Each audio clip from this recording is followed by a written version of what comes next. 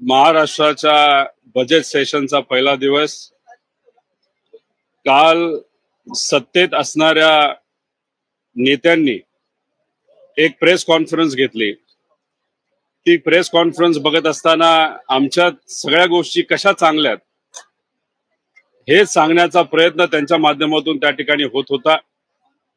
पण कालच एका ओबीसी नेत्या व देशाच्या मंत्री त्यांची मुलगी जेव्हा त्यांच्याच भागामध्ये बाहेर गेली होती, त्या मुलीवरच काही मुलांनी त्या मुलीला त्रास देण्याचा प्रयत्न केला आणि अशी परिस्थिती या महाराष्ट्रामध्ये असताना कालची जर पत्रकार परिषद बघितली तर त्याच्यामध्ये गमती जमती जास्त होत्या।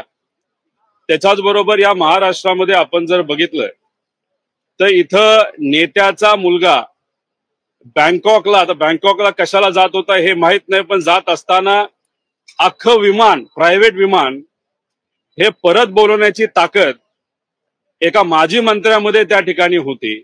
त्यासाठी केंद्रापासून राज्यातले सर्व नेते प्रयत्न करत होते, पण बीडमध्ये देशमुख परिवार, परभणी सूर्यवंशी परिवार व सामान्य लोक जे न्यायासाठी गेले 2-3 महिने प्रयत्न करत आहेत, दुर्दैवाने त्यांना या महाराष्ट्रामध्ये आतापर्यंत न्याय कुठेही मिळालेला नाही। अशी आजची महाराष्ट्राची परिस्थिती आहे। पण काल पत्रकार परिषदेमध्ये महाराष्ट्रामध्ये सगळं काही चांगलं असं त्यांनी कुठेतरी सांगितलं होतं। नैतिकता नसणार हे अनैतिक सरकार त्या ठिकाणी आहे। काल आपण जर बघितलं तर देवेंद्र फडणवीस साहेब बोलत असताना HSR या नंबर प्लेट बद्दल ते बोलत होते।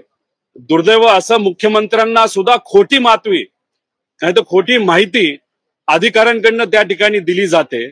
काल ते बोलत असताना त्यांनी सांगितलं महाराष्ट्राची जी नंबर प्लेट आहे HSR, ती जी नंबर प्लेट लावण्याचा जो खर्च आहे तो या देशामध्ये सगळ्यात कमी आहे।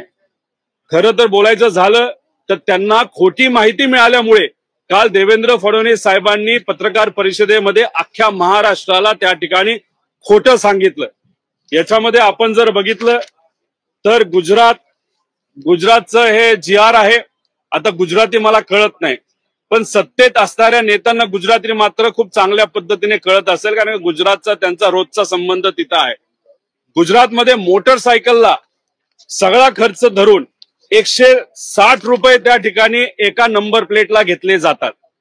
आता 160 रुपये गुजरातला घेतले जातात आणि महाराष्ट्रामध्ये आपण जर बघितलं तोच खर्च हा त्या ठिकाणी 450 रुपये पर नंबर प्लेट आहे।